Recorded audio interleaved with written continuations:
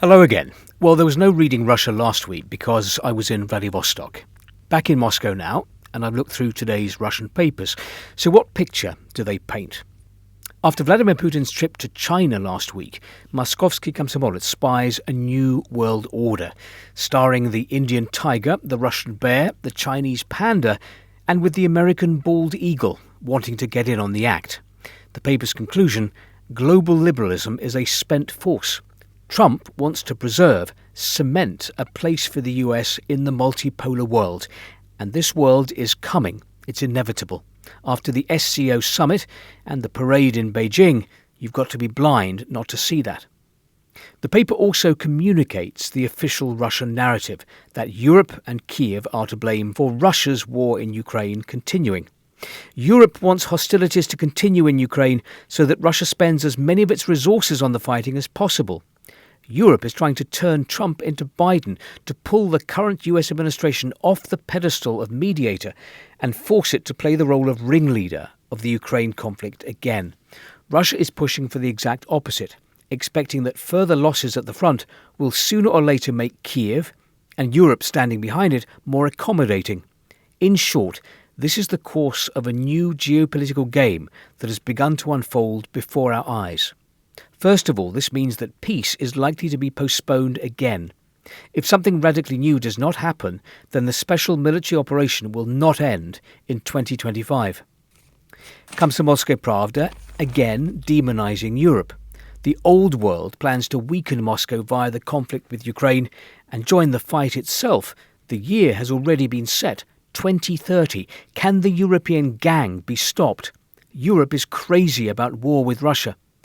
But keep in mind, it was Russia that launched the full-scale invasion of Ukraine in 2022 and which continues to attack Ukrainian towns and cities.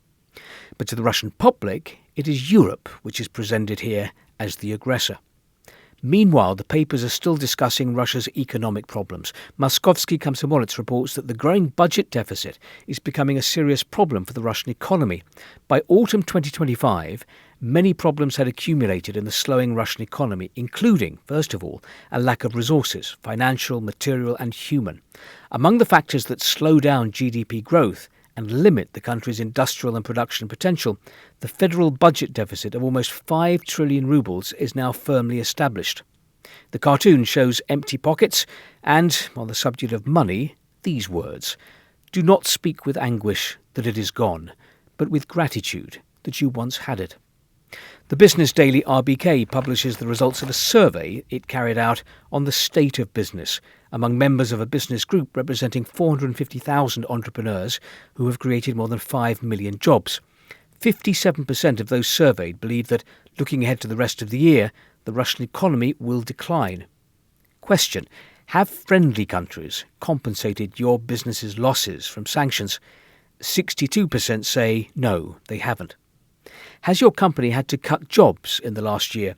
49% say yes, 51% no.